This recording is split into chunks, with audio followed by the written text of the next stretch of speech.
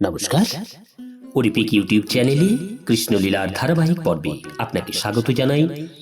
আজকের পর্ব শ্রীকৃষ্ণের দৈনন্দিন জীবনলীলা। চ্যানেলে যারা নতুন তাদের অনুরোধ জানাবো চ্যানেলটি সাবস্ক্রাইব করে কৃষ্ণলীলার ধারাবাহিক পর্বগুলো শ্রবণ করুন। আসুন আজকের পর্ব শুরু করি। না তস্য কার্যম বারণম চ বিদ্যতে। এই বৈদিক মন্ত্র থেকে আমরা শিক্ষা লাভ করি যে পরমেশ্বর ভগবানের কৃত্য কিছুই নেই। ভগবানের কোনো কিছু করবার না থাকলেও আমরা কিভাবে তার ক্রিয়াকলাপের কথা বর্ণনা করব? কৃষ্ণ যেভাবে কার্য করেন অন্য কেউ তা পারে না। এই বাস্তব সত্য আমাদের স্পষ্টভাবে মনে রাখা উচিত। ভগবানের কার্যাবলী অনুসরণীয়, কিন্তু সেইগুলি আমাদের অনুকরণ করা উচিত নয়। যেমন কৃষ্ণের আদর্শ গৃহস্থ জীবনযাত্রা অনুসরণীয়, কিন্তু কেউ যদি অনেক অংশে প্রকাশিত হয়ে কৃষ্ণকে অনুকরণ করতে চায় তা কখনো সম্ভব নয়।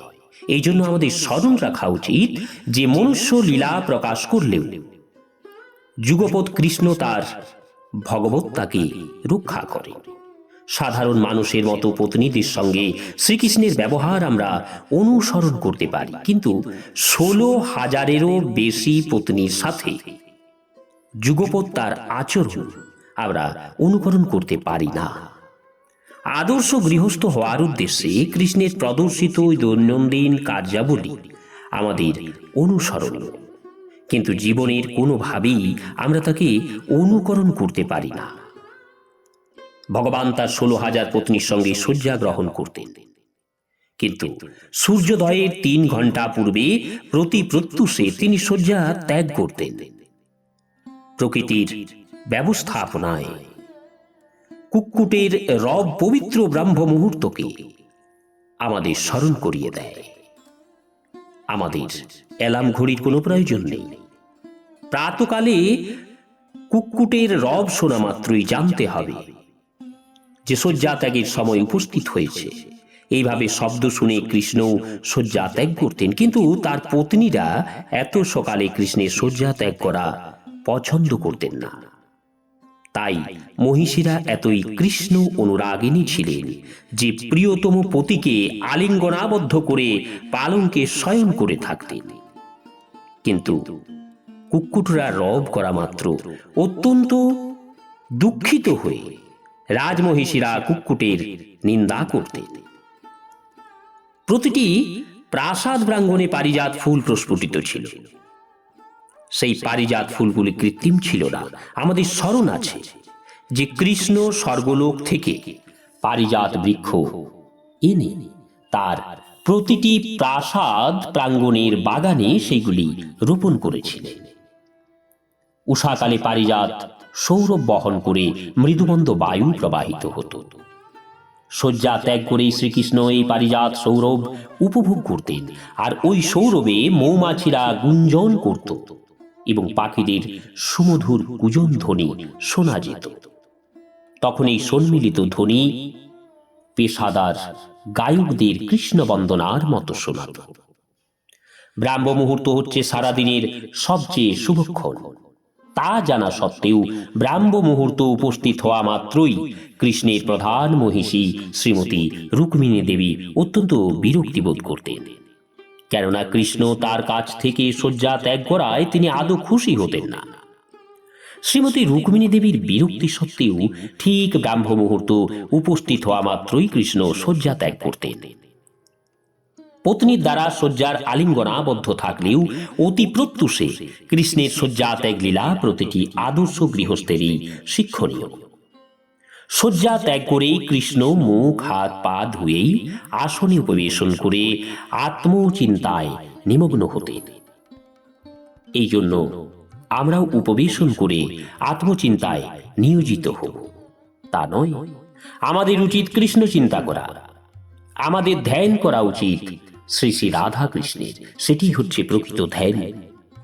শ্রীকৃষ্ণ হচ্ছে স্বয়ং ভগবান, আর এই জন্য তিনি আমাদের শিক্ষা দিচ্ছিলেন যে ব্রাহ্ম মুহূর্তে আমাদের উচিত আমরা শ্রী শ্রী রাধা কৃষ্ণের ধ্যান করা। এই কাজের ফলে কৃষ্ণ অতীব তুষ্ট হন এবং তেমনি আমরাও দিব্য আনন্দ লাভ করব যদি ব্রাহ্ম মুহূর্তটি শ্রী শ্রী রাধা কৃষ্ণের চিন্তায় আমরা অতিবাহিত করি। সমগ্র মানব সমাজকে আদর্শ গৃহস্থ জীবন শিক্ষা দানের উদ্দেশ্যে কৃষ্ণ এবং রুক্মিণী দেবী ব্রাহ্ম মুহূর্তে শয্যা ত্যাগ করেই কৃষ্ণ ভাবনায় নিয়োজিত হতেন। শ্রী শ্রী রাধা কৃষ্ণের নিত্য শ্রী বিগ্রহের ধ্যান করা ও হরে কৃষ্ণ মহামন্ত্র কীর্তন করার মধ্যে কোনো পার্থক্য নেই। ধ্যানের বিষয়ে নিজের ধ্যান করা ছাড়া কৃষ্ণের অন্য কোনো বিকল্প ছিল না। ধ্যেয় বিষয় হচ্ছে ব্রহ্ম, পরমাত্মা বা লীলা পুরুষোত্তম ভগবান স্বয়ং, কিন্তু এই তিনটি কৃষ্ণ স্বয়ং। শ্রীকৃষ্ণই ভগবান, অন্তর্যামী পরমাত্মা হচ্ছেন কৃষ্ণের অংশ প্রকাশ, আর সর্বব্যাপী ব্রহ্মজ্যোতি হচ্ছে কৃষ্ণের দেহ নিঃসৃত দেবজ্যোতি। এই জন্য কৃষ্ণ হচ্ছেন সর্বদাই এক এবং অদ্বিতীয়। কৃষ্ণের কাছে সবই এক এবং অভিন্ন। কোন সাধারণ জীব এবং কৃষ্ণে এইখানেই পার্থক্য। কোন সাধারণ মানুষের কাছে সর্বত্রই বহু বিভেদ রয়েছে। কোন সাধারণ জীব তার শরীর থেকে ভিন্ন এবং অন্যান্য জীবের প্রজাতি থেকেও ভিন্ন। মানুষে মানুষে, মানুষে পশুতে ভেদ আছে, তারা এক নয়। এমনকি নিজ দেহের নানা রকম অঙ্গ প্রত্যঙ্গ রয়েছে। আমাদের হাত আছে, আমাদের পা আছে, কিন্তু আমাদের হাতগুলি থেকে পাগুলি আলাদা। পায়ের মতো কার্যে অক্ষম, পাও হাতের মতো কাজ করতে পারে না। চোখগুলি কানের মতো শুনতে পারে না, আবার কানও চোখের মতো দেখতে পারে না।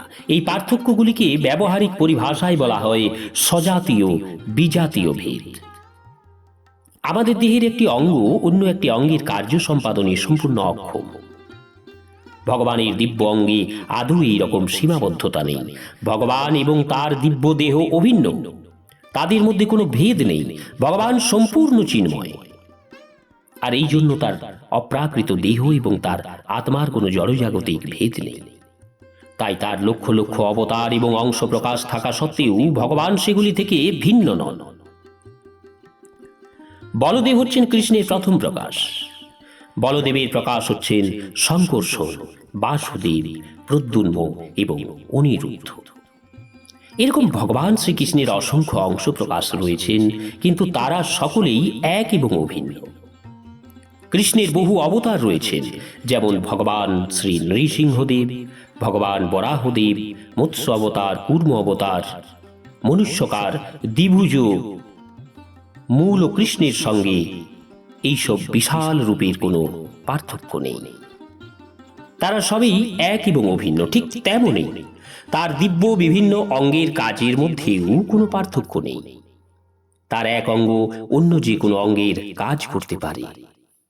যেমন তার হাত তার পায়ের মতো কাজ করতে পারে, তার লোচন তার কর্ণের মতো কাজ করতে পারে, অথবা তার নাসিকা তার দেহের অন্য একটি অংশের মতো কাজ করতে পারে। কৃষ্ণের ঘ্রাণ গ্রহণ, ভোজন এবং শ্রবণের মধ্যে কোনো পার্থক্য নেই, কিন্তু বিশেষ বিশেষ উদ্দেশ্য সাধনে জীবের বিশেষ বিশেষ অঙ্গ রয়েছে। কৃষ্ণের অঙ্গে সেই রকম সীমাবদ্ধতা নেই।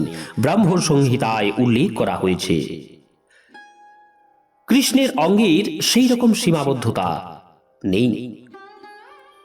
ব্রহ্ম সংহিতায় উল্লেখ করা হয়েছে অঙ্গানি অস্য সকলেন্দ্রিয় বৃত্তি। কৃষ্ণ তার দিব্য দেহের যে কোনো অঙ্গ দ্বারা অন্যান্য যে কোনো অঙ্গের কাজ করতে পারে। এইভাবে কৃষ্ণ তার দিব্য দেহ বিশ্লেষণ করে এই সিদ্ধান্তে আসা যায় যে কৃষ্ণ হচ্ছেন পূর্ণ। তাই যখন তিনি ধ্যান করেন তখন কৃষ্ণ স্বয়ং নিজের চিন্তায় মগ্ন থাকে। সোহাহম চিন্তায় নিযুক্ত সাধারণ মানুষের আত্মচিন্তা হচ্ছে শুধু এর অনুকরণ। কৃষ্ণ নিজের চিন্তায় নিমগ্ন হতে পারেন, কেননা তিনি হচ্ছেন সম্যকপূর্ণ। কিন্তু আমরা তাকে অনুকরণ করে নিজেদের ধ্যান করতে পারি না। আমাদের এই জড়দেহ হচ্ছে উপাধি। কৃষ্ণের দেহ উপাধি নয়, কৃষ্ণের দিব্য দেহ এবং স্বয়ং কৃষ্ণ এক এবং অভিন্ন। কৃষ্ণের কাছে বিজাতীয় কোনো অস্তিত্ব নেই। কৃষ্ণের মধ্যে যা কিছু রয়েছে তা সবই কৃষ্ণ। তাই কৃষ্ণ হচ্ছেন পরম ব্রহ্ম, অবিনাশী পূর্ণ তত্ত্ব এবং পরম সত্য। কৃষ্ণের অস্তিত্ব কারো অস্তিত্বের অপেক্ষা রাখে না। কৃষ্ণ ছাড়া আর সব কিছুই আপেক্ষিক সত্য। কৃষ্ণ হচ্ছেন অদ্বৈত তত্ত্ব। নিজেকে ছাড়া কৃষ্ণ তার অস্তিত্বের জন্য কারো উপর নির্ভরশীল নয়, কিন্তু আমাদের অস্তিত্ব আপেক্ষিক। যেমন সূর্যের আলো, চন্দ্রের আলো, বৈদ্যুতের আলো, এদের আলো থাকলেও আমরা দেখতে পারি। আমাদের এই দেখা তাই আপেক্ষিক। আর সূর্য, চন্দ্র, বিদ্যুতের আলো আপেক্ষিক। তাদের আলোকিত বলা হয়, কেননা আমরা তাদের সেই রকমেই দেখি। পরনির্ভরতা বা আপেক্ষিকতা কৃষ্ণের মধ্যে নেই। কৃষ্ণের কার্যাবলী কারো প্রশংসা বা সাহায্যের উপর নির্ভর করে না। কৃষ্ণ স্থান এবং কালের অতীত, কেননা কৃষ্ণ হচ্ছেন মায়াতীত বস্তু। বৈদিক শাস্ত্র থেকে আমরা জানতে পারি যে লীলা পুরুষোত্তম ভগবানের বিবিধ শক্তি রয়েছে। এইসব শক্তির উৎস হচ্ছেন কৃষ্ণ। তাই কৃষ্ণ এবং তার শক্তির মধ্যে কোনো পার্থক্য নেই। কিন্তু কোনো কোনো দার্শনিকেরা বলে থাকেন যে এই জগতে আসার সময় কৃষ্ণ জড় শরীর নিয়ে আসেন। তো এই জগতে আগমনের সময় কৃষ্ণ জড়জাগতিক দেহ গ্রহণ করেন। স্বীকার করে নিলেও এই জড়া প্রকৃতি কৃষ্ণ থেকে অভিন্ন হওয়ায় কৃষ্ণের এই দেহ জড় কর্ম করে না বলেই সিদ্ধান্ত করা উচিত। এই জন্য ভগবদ্গীতায় বলা হয়েছে যে কৃষ্ণ তার আত্মমায়ার মাধ্যমে এই জগতে আবির্ভূত হন। কৃষ্ণকে পরব্রহ্ম বলা হয়, কেননা তিনি হচ্ছেন সৃষ্টি স্থিতি প্রলয়ের কারণ। তাই তিনি পরম ব্রহ্ম। লোকপতি ব্রহ্মা, ভগবান বিষ্ণু এবং দেবাদিদেব শিব এরা হচ্ছেন ভগবানের গুণাবতার। মায়াবদ্ধ জীবকুল প্রকৃতির এইসব গুণ দ্বারা প্রভাবিত হয়, কিন্তু ভগবান শ্রীকৃষ্ণের উপর এই গুণগুলি কোনো প্রতিক্রিয়া নেই, কেননা এই গুণগুলি ও ভগবান শ্রীকৃষ্ণ যুগপৎ এক এবং অভিন্ন। কৃষ্ণ স্বয়ং হচ্ছেন সচ্চিদানন্দ বিগ্রহ, অর্থাৎ তার শরীর হচ্ছে নিত্য, জ্ঞান ঘন এবং আনন্দ ঘন। কৃষ্ণের মহিমা অচিন্ত, তাই কৃষ্ণকে পরম ব্রহ্ম বলা হয়। ব্রহ্ম, পরমাত্মা এবং ভগবানের উপর কৃষ্ণের ধ্যান। কৃষ্ণ ছাড়া অন্য কোনো বিষয়ের উপর ধ্যান নয়। তাই এই ধ্যান, এই অহং গ্রহ উপাসনা সাধারণের অনুকরণীয় নয়। নমস্কার, আজকের পর্ব এখানেই শেষ করছি। আসবো আগামী পর্ব নিয়ে, শ্রীকৃষ্ণের দৈনন্দিন জীবনলীলা পর্ব 2। চ্যানেলে যারা নতুন তাদের অনুরোধ জানাবো চ্যানেলটি সাবস্ক্রাইব করে কৃষ্ণলীলার ধারাবাহিক পর্বগুলো শ্রবণ করুন। রাধে রাধে, হরে কৃষ্ণ।